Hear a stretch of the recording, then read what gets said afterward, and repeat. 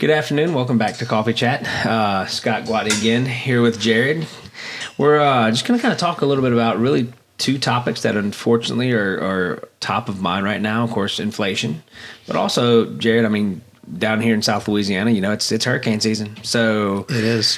What do clients need to do, or what's some ideas maybe for them to do to get ready for hurricanes, or just look, natural disasters? I know some of our clients up in Tennessee and everywhere else, like maybe not a hurricane, just a storm or winter, you know, I mean, especially as snowfall comes, especially for our northern clients, like with a natural disaster or unexpected events coming, how would you, just get ready for that in inflationary times where things are already through the roof? Yeah, good question, Scott. Look, we've all seen the great toilet paper shortage of 2020 come and go, along with some other random shortages you couldn't predict. So, number one, you want to go to the store and you want to start now. You don't want to wait until the Cat 5 is on the horizon. Right. You go to try to get your supplies and they're not there. So we don't want everyone to go at once because we know everybody's a little short right now with all the logistical issues. So sounds a little cheesy, but get out there and start stocking up now, especially with batteries and stuff. Yeah. No, absolutely. And I mean, just basically, yes, get that started. But I mean, a lot of questions that we have is how to do that. Because I mean, everything that you normally would buy is now 2 times almost more expensive than it was even a year or two ago. And I tell clients this all the time is there's the supply side of this. There's the getting toilet paper, getting canned goods, getting things set aside. And I mean, if you have a natural gas generator, congratulations. It's good luck getting one now. I think it's a 6-month wait. I had a client just get one.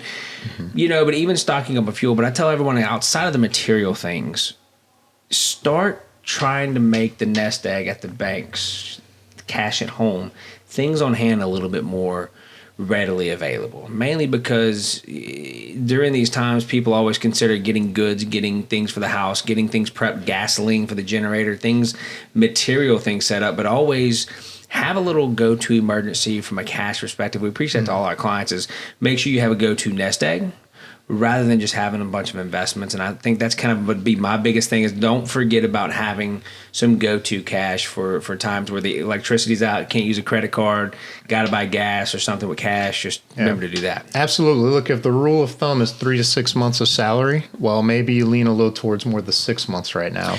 Right. Especially in the cash portion. I wouldn't keep 6 months of salary at the house. Some people, some of our clients have the safes to take that probably, but sure.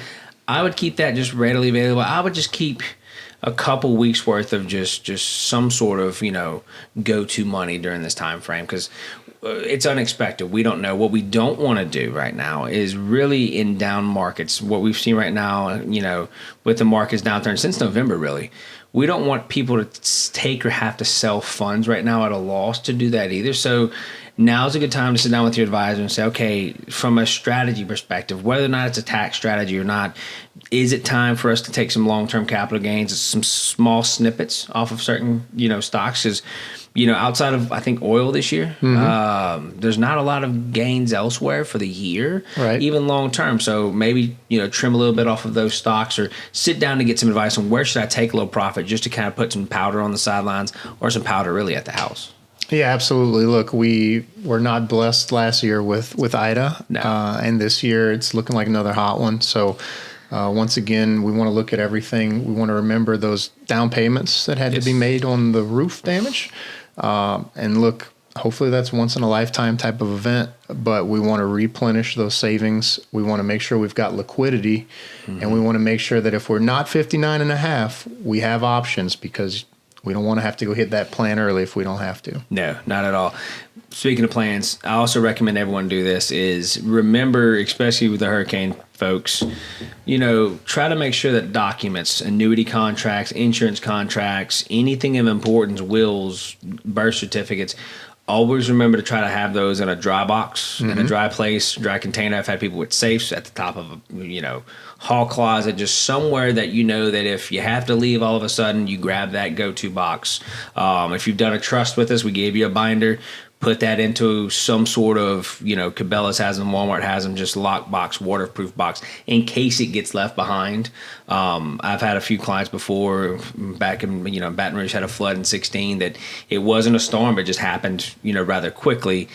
they had to get out and just, it wasn't thought about. It was, we just left for the evening, didn't think it was going to get so bad. So just, that's one thing I like to remind clients, whether it's our binder we gave you for a trust or an important document that can't get wet, just put them in a lockbox, a waterproof box. So that way, if something does happen while you're gone and you forget it, great. But if you can grab the box, at least it's all there. Just put the box in the car and kind of hit the road. No, that's perfect. And one other thing, guys, remember, bank money, to be liquid, that means it's checking and savings or money market, not CDs. That's not going to be able to help you out during the storm. So just something to remember. Yeah. So that's another good one to kind of don't depend on that too. We've had clients say, okay, well, I got this set up. Well, make sure it's accessible during these times. Because to your point, I mean, even afterwards, if you have to float, I mean, the people in Lake Charles that I still talk to still fighting LORA claims from 2 years ago. I mean, you sometimes you get in tit for tat. You have to pay for a roof, and God knows, like you said, with Ida, with LORA, dragging feet during a claims process. If you can get the same adjuster out there more than once, you're in good shape. So hopefully these are kind of some good tips. Financial tips during inflation. The biggest thing is we don't want to try to reverse dollar cost average. We don't want to have to sell an asset or sell something when it's down to provide that down payment for a roof if you have to float it during insurance. Or always we want to make sure that we have enough kind of dry powder on the sidelines, whether it's for investments at the bank or even a little bit at the house, just as some go-to money during those times. So, and lastly, we'll see if we can stump Scott. Scott, how long is gasoline good for at the house? Depends on what we're using it for. That's a good point. So 3 to 6 months, right? Which puts us into basically August, September. Yeah. So if you do want to stock up now, don't know if I recommend it because the price is a little high. Right. But it could be higher. Right. So just something to think about if you do have some containers and you're looking to fill them up and maybe you get a big bonus check, a really big bonus check because you're going to need it for the containers. Yeah. You can hold that for 3 to 6 months. That's a good idea. Get that done now rather than have to sit in line or wait till it hits $6 a gallon. Exactly. Yeah.